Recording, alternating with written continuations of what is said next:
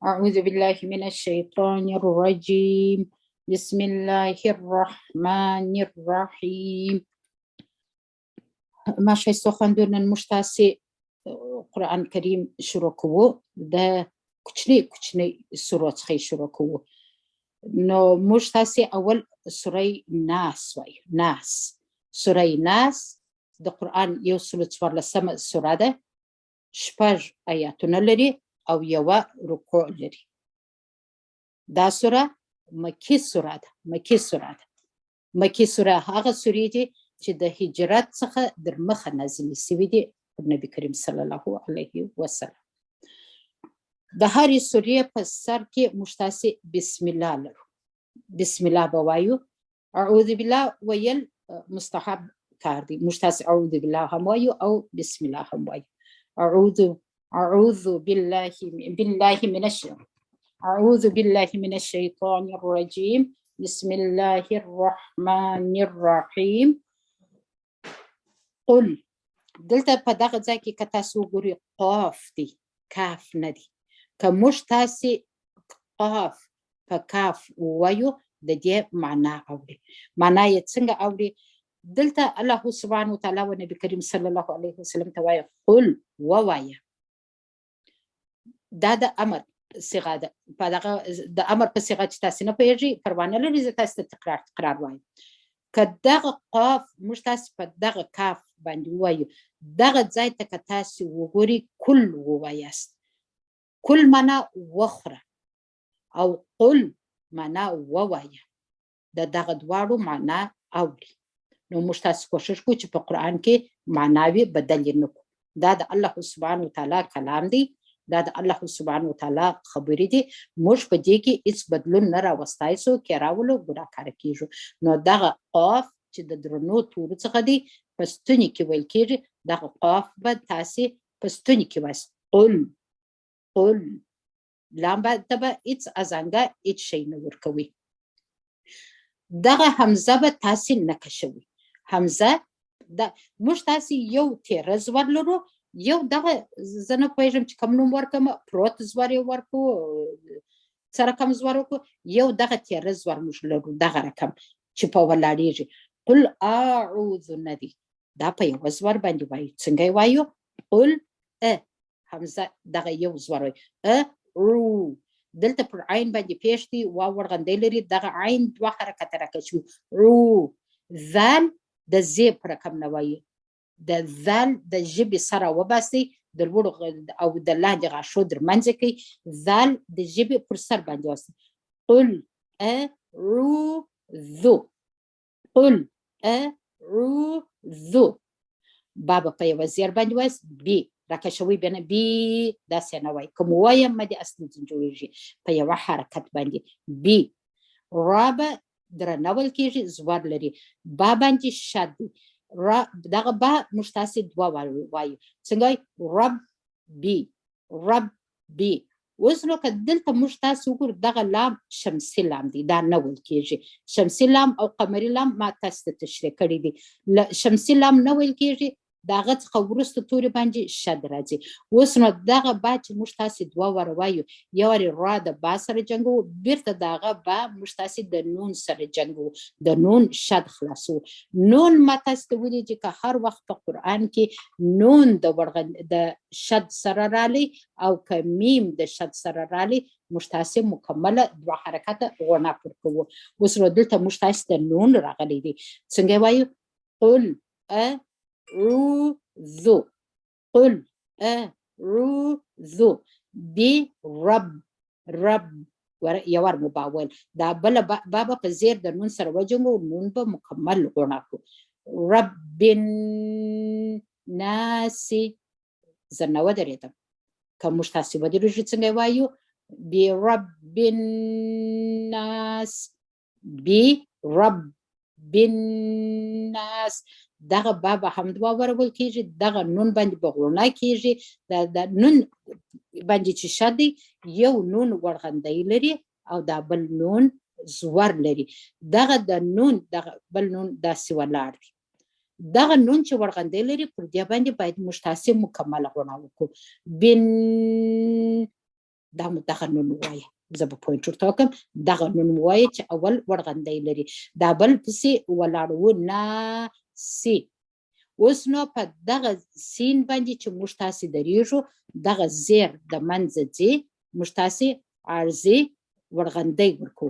قل اعوذ برب الناس ملک الناس.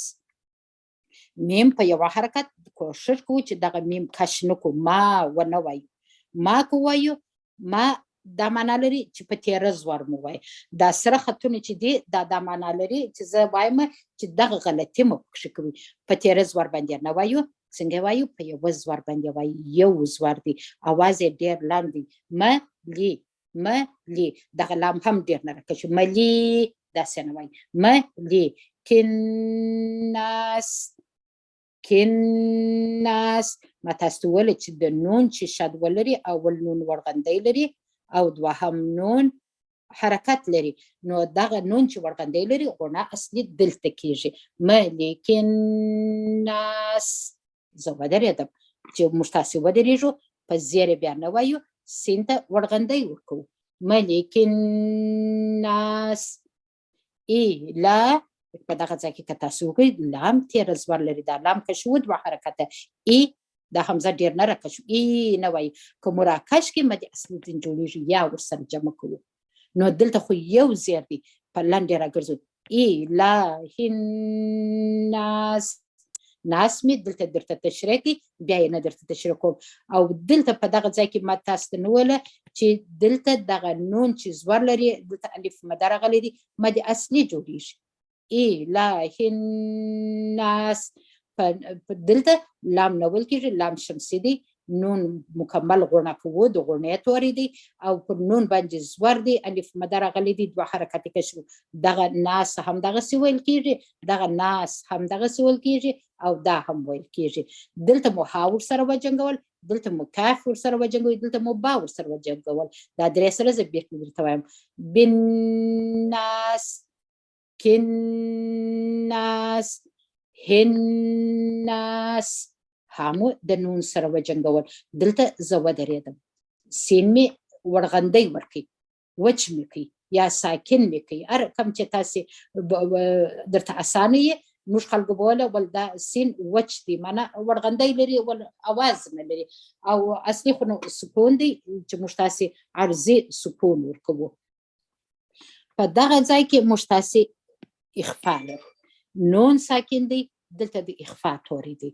میا دا نون چې موږ تاسې اخفا کوو، نون چې موږ تاسې مکمل وایو لکه په دغه ځای کې چې موږ تاسې وایه. دلته مو ژبه ټینګه د تالو سره موږ دی، مګر دلته ژبه تالو ته نه وړو، ژبه د خولې په نیمایي کې پرېږدي. میا میا د غونې او د اخفا ترمنځ باید فرق وي. زه بیا درته الهن هن. ما دا ژبه ټینګه د تالو سره مشلولې ده، اواز یې په پزه کې جوړوم. الهن ناس. ناس باندې بیا موږ تاسو غونه نه لرو، فقط او فقط پر ساکن نون باندې چې په دا شد کې دوه نونه دي، یو ورغندی لري او یو زور لري. د ورغندي پر نون باندې موږ تاسو غونه کوو، مګر تاسې سره مقایسه کوي. دلته غونه ده، دلته اخفا ده. الهن ناس هناس. ژبه ټینګه د تالو سره مشلو او دلته ژبه تالو ته نه وړو. میا شر الوسواس. میا شر الوسواس. اوس نو په دغه ځای کې مو موږ تاسې نون اخفا کړي، نون مو په غونه کې پټ کړي. دلته خو مو مکمل ووایه یا دلته مو پټ کړي. میا شر را دوه وار ویل کېږي، شر ریل راس پکول کېږي، زیر لري. دغه لام قمري لام دی، لکه دلته چې لام شمسي دی نه ویل کېږي، په پسې توري شد لري، هغه د شد توري وایو. مګر دلته که تاسې وګورئ لام ورغندی لري، چې ورغندی ولري دا لام قمري لام بولي. دا په عربي کې دا د الف با توري پر دوو حصو ویشلي دي، اکثره توري قمري دي، اکثره توري شمسي. دا قمري او شمسي نوم ورکړی دی. که موږ تاسې وکړو چې الشمس، دا لامې نه ویل کېږي. که موږ تاسو وکړو چې القمر دا لامې ویل کېږي. په دا خاطر باندې شمسي او قمري نوم کړي چې موږ تاسو وپېژنو چې چیرې لام ویل کېږي او چیرې نه ویل کېږي. او الحمدلله زموږ تاسو په دغه پرینټ کې موږ تاسو هیڅ مشکل نه لرو. دلته لام خالي دی، ورغندې د توري سره جنګو، دلته لام ورغندې لري، لام وایي. هر ځای چې لام ورغندې ولري لام وایي، مګر په ډکه خوله نه وایو. من شر را هم په سپکه وایي او لام هم وایي.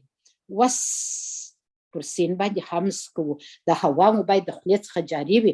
واو په زور د سین سره جنګو، وس واو باندې زور دی، الف مده دی، دلته واو دوه حرکت کشو، وس واس. زه ودرېدم، سین می وچ کی، سین می ساکن کی. من شر الوسواس. اوس نو چې دلته زه ودرېدم دا زیر د لې خلاصو، دلته به که اره خورګه دغه رقم وایست، دلته به همزه الوصل ته دلته به زور ورکوي. الخناس داسې هم ویلی سي، او دغسې هم ویلی سي چې ټوله په ګډه سره ووایاست.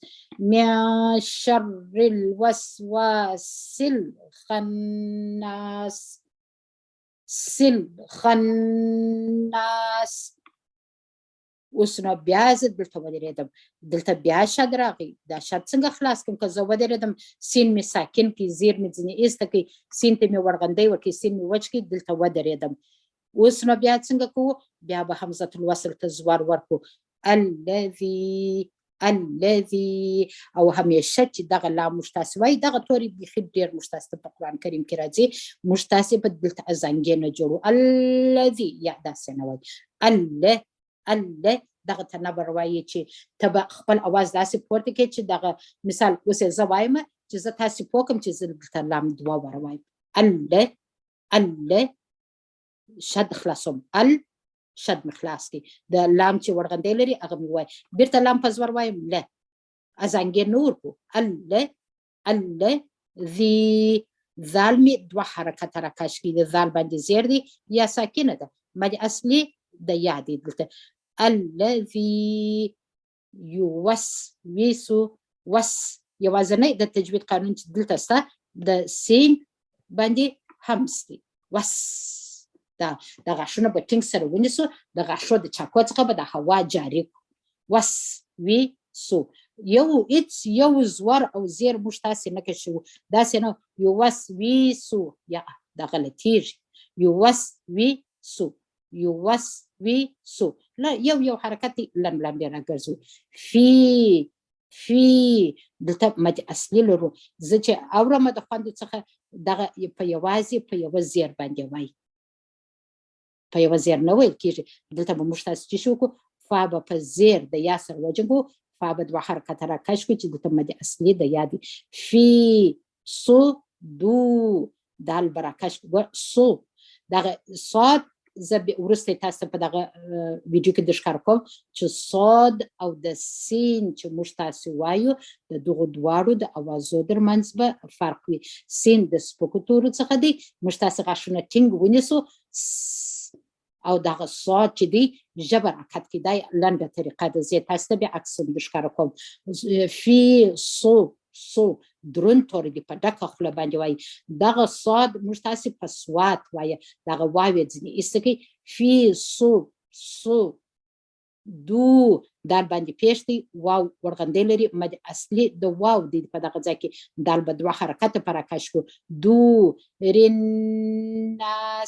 رناس را به په زیر د نون سره وجنګوي، لام شمسي دی نه ویل کېږي، نون به مکمل غوڼه کوي. رناس دلته مو سین بیا وچ کوي یا سین مو ساکن کوي، د زیر مو ایسته کوي. پر دلته پر د آیات موږ ودرېدو.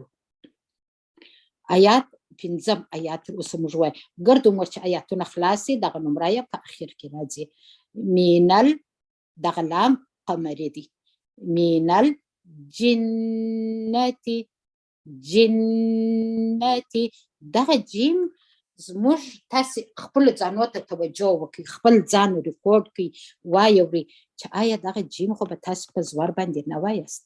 موږ ته د خوندو څخه اورو اکثر خوندې دغه جیم په زور وایي. اوس نو موږ دلته وایو من الجنة، جن دا جن یادي، جن لکه موږ تاسې چې جنات یادو، او که موږ تاسې دغه جیم په زور باندې ووایو دا جنت دی، دا جنت راځي. نو موږ تاسې همیشه کوشش کوو چې په قرآن کې معناوي وانړو. دغه یو زور او زیر بیخي ډېره معنا اړوي. داسې نه وایي چې من الجنة، که موږ ووایو من الجنة نو موږ دا معنا وکړو چې الهي موږ د جنت څخه پناه غواړو. دا دعا موږ نه کوو، نه، موږ د چی څخه پناه غواړو؟ جن څخه، جن څخه چې موږ ته پټ پټ وسوسې اچوي، پټ پټ شان راته وایي او د لارې مو باسي، د هغه جناتو څخه موږ تاسې پناه غواړو.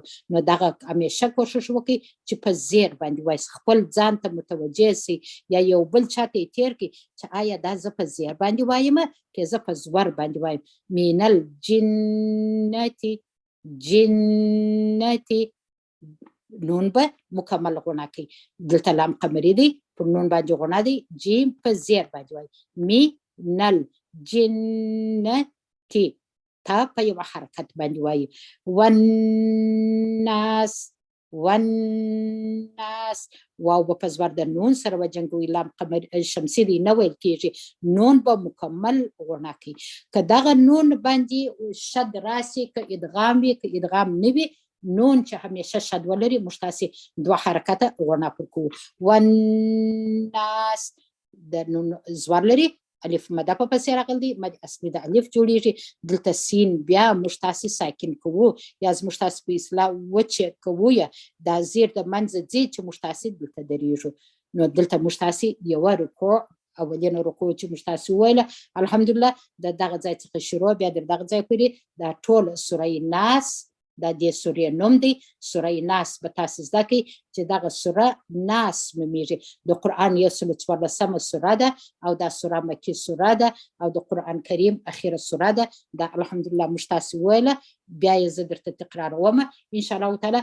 او زه تاسې ته وایم چې دغه قاف به همیشه تاسې په قاف وایست. ما تاسې وویل که تاسې په کاف وایسته کل معنا وخوره او قل معنا ووایه.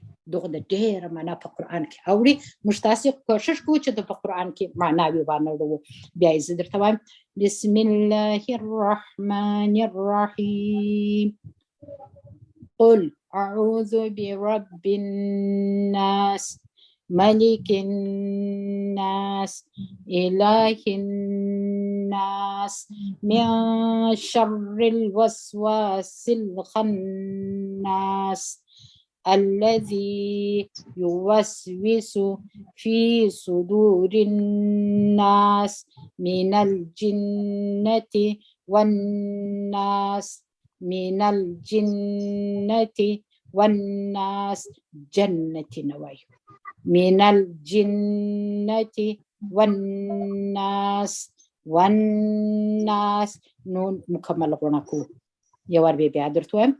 قل أعوذ برب الناس ملك الناس إله الناس من شر الوسواس، من شر الوسواس الخناس الذي يوسوس في صدور الناس من الجنة والناس، من الجنة والناس. زه یو دوه عکس درته رااړوم. په دغه ځای کې قاف او کاف درته تشریح کوم. یوه خور انمیوټ ده، هغه خور ځان انمیوټ کړي چې موږ ریکورډینګ کوو. دلته موږ تاسو قاف، دغه قاف ته موږ تاسو غټ قاف وایه که په هر نامه چې تاسو بولي هغه پروا نه کوي، مګر د اواز چې جوړوي د اواز بیا اصلاح کوي. ما تاسو وویل موږ تاسو الله سبحانه وتعالی په قرآن کې څو واره نبی کریم صلی الله علیه وسلم ته ویلي چې قل، قل قل معنا ووایه. که دغه قاف موږ په دا کوچني کاف وکاږو، دا معنا کل. کل معنا وخوره، دغه معنا ووایه ووایه، او دا معنا وخوره. نو موږ تاسې ډېر کوشش کوو چې په قرآن کې معناوې ونړوو. دغه قاف تاسې به سره کوم وایست، دغه زموږ تاسې الکۍ ژبې نه ده، یا اکثره ورته کوچنۍ ژبې وایي. دغه کوچنۍ ژبې به راکښته کوي، د دغه ژبې سره به یې ټینګه وموښلوي. دغه درې خطه چې ورته راکش کړي دي، دغه قاف موږ په دغه ځای کې وایي. خوله به یو څه سره راټوله کوي. قاف زما سره یې ووایست، اواز مه پورته کوئ. قاف قاف اق اق. او بل خاصیت یې دا دی که دغه قاف ورغندۍ ولري پر دې باندې قلقله کیږي، که دغه کاف ورغندۍ ولري پر دې باندې همس کیږي. دا یې صفات دي د تورو. نو په مکمل ډول دی سره جلا دي. دا قاف موږ تاسې په قاف باندې وایو او دغه په کاف باندې وایو. که موږ د دغه قاف سره دلته موږ تاسې دلته موږ تاسې همزه وکاږو، په زور یې ورسره وجنګو. دا همزه قاف زور اق اق اق. تاسې زما د قلقلې اواز اوري په ډکه خوله باندې. دغه د الکۍ ژبې به دغه ژبه به ورپورته کوي، دغه ځای به ګرد سره وموښلي، په دغه ځای کې ویل کېږي. او کوچنی کاف تاسې وګورئ، دغه تالو دی او دغه د ژبې منځ دی، په دغه ځای کې ویل کېږي، دغه ځای کې. نو موږ تاسې ډېر کوشش کوو که دغه حمزه به زه د دغه کوچني کاف سره هم وجنګوم. اوس تاسې اواز ته پام وکړئ. اق اق اق، پر قاف باندې قلقله کېږي. اک اک، همزه کاف زر اک اک. دلته قلقله کېږي، دلته همس کېږي. کوشش کوو چې دا دواړه قاف موږ تاسې سره جلا کړو. یو دا شی و چې انشاءالله تعالی موږ تاسې باید ډېره اصلاح نه راولو. موږ تاسې اکثره د کندهار خلک چې دي قاف نه وایي، کاف وایي. هغه خلک چې تجوید وایي، هغه خلک چې عالمان دي قاف او کاف سره جلا کوي، هغه په پوهېږي چې څه رقم دی وایي، تلاوت څه رقم کوي، او یا یې زده کړي وي چې مخارج په څه رقم ویل کېږي، د هغو زده دي. مګر په عمومي صورت د خلکو نه دي زده، ټوله قاف په کاف باندې وایي. او راغلو صاد فی صدور الناس، سو ژبه به په دغه شکل کې. دغه یې اسانه طریقه ده. خوله سره راټولوئ اس. که زه دغه تاسې ته نوشته کړم دلته همزه په سین باندې، بلې افتیا ته به د سین عکس هم درته پیدا کړم. دا څنګه وایي؟ اس. غاښونه ټینګ سره نیسو، د خولې څخه مو او هوا جاری ده. اس. صاد د درنو تورو څخه دی، ژبه په دغه شکل کې اس. او بل موږ یو بل شی هم لرو چې دغه موږ صاد نه بولو، صاد نه بولو. دغه توري موږ تاسې سوات بولو، چې موږ تاسې په خپل شکل یې وایو. دغه تا چې ده، دغه واو چې دی، دا موږ تاسې اضافه اچولې دي. دا اصلي صاد دا د عربي توري دي. موږ تاسې باید په هغه شکل وایو. خپلې پښتو ته یې نه سو راوړی، قرآن موږ خپلې پښتو ته نه سو اړولی. موږ تاسې ډېرې غلطۍ په دغه ځای کې دغه سوات بولو، زوا بولو. د دغه شانې کې به موږ تاسې انشاءالله تعالی ډېر کوشش کوو. زال دی موږ تاسې په ژوند د په زال نه بولو، موږ تاسې د زی په اواز بولو. نو هر سوره کې چې یو توري راځي، دغه عکسونه زه درته لوډ کوم. نن خو نو اول درس دی، که درس در باندې اوږد شوی دی، زه ډېره بخښه غواړم. انشاءالله تعالی تاسو موقع ورکړئ، صاد په صاد وایاست. خپله ژبه دغه رقم کوي، خوله سره راټوله کوي، په دغه ځای کې دغه تالو دی، دغه ژبه ده. دلته چې د هوا جمع سي، دغه توري درنوي. صاد صاد، سین صاد، سین صاد. او په دغه ځای کې موږ یو بل توري هم درلودی چې زه درته وایم چې هغه ذال دی. ذال د دې عکس به بلې هفتې ته زه در برابر کړم انشاءالله تعالی. ذال موږ تاسې د زی په اواز په عمومي صورت وایو، مګر که موږ د زی په اواز وایو دا غلط راځي. قل أعوذ ذو فزيبنا قل أعوذ ندي قل أعوذ ذو د ژبې دغه خپل دغه لوړ څلور غاښونه دي دا پر ژبې پر سر باندې کښېږدي ذال ووایاست. سبحان ربك رب العزة عما يصفون وسلام على المرسلين والحمد لله رب العالمين آمين. الله سبحانه وتعالى درته اسانه کې. السلام علیکم ورحمة الله وبرکاته.